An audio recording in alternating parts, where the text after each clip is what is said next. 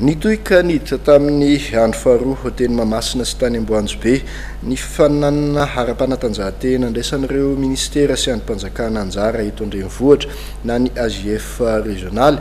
Ao anatin'ity fanadihadiana ity no ahitanao ireo vokatra nandritra izany andro faharoa ny fifaninanana rezionaly ny ASIEF izany.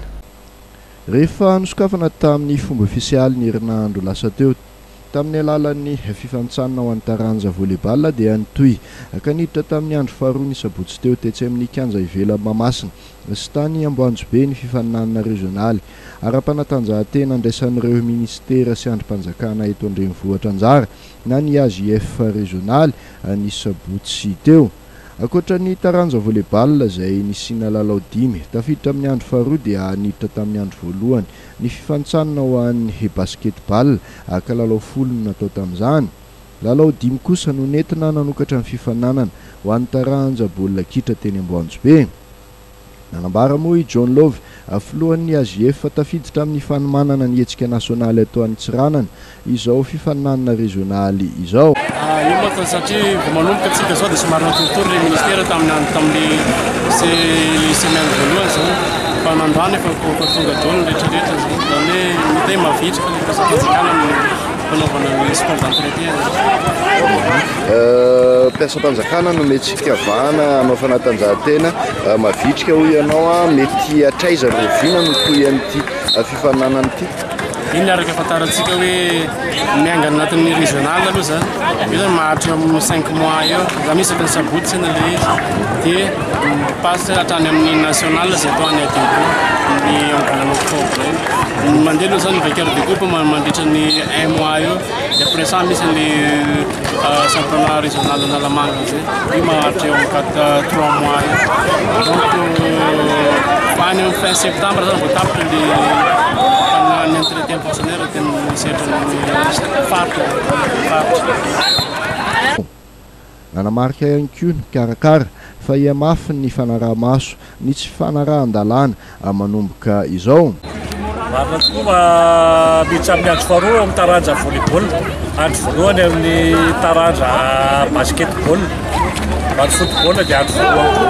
Ny fanaraha-maso dia tena strict tokoa izay mikarakara amin'ny fijerena ny mpiasa-panjakana, tena mpiasa-panjakana sy ny mananakaram-pilalaovana any amin'ny liga. Ary tena hoentitra ny fanaraha-maso amin'ity indray mitonaka ity.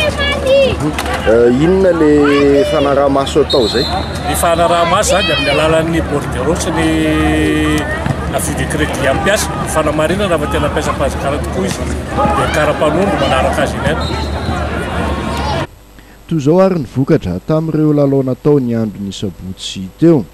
Teo amin'ny taranja basketball ny UA nandesiny MTTM tamin'ny isa 950 no 930. Ny men nandesiny LTP tamin'ny isa 470 no 770. Ny METFP nandesiny Mika tamin'ny isa 20 no 8.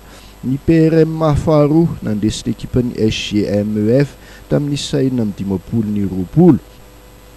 Ny FOP niondrika tamin'ny isa 10 no 130 nanoloanany ekipan'ny Kapsat.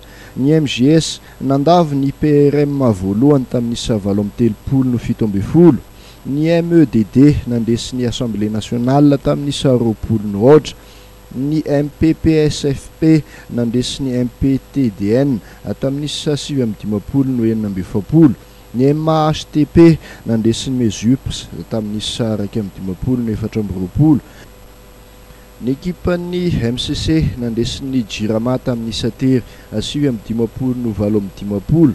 Ny Justice ihany koa dia nandesiny Mid tamin'ny isa 3 de tery 720 no 720. Ho an'ny taranja baolina kitra indray dia tamin'ny isa 5 no 2 nandesen'ny FOP n'ekipan'ny MPPSF.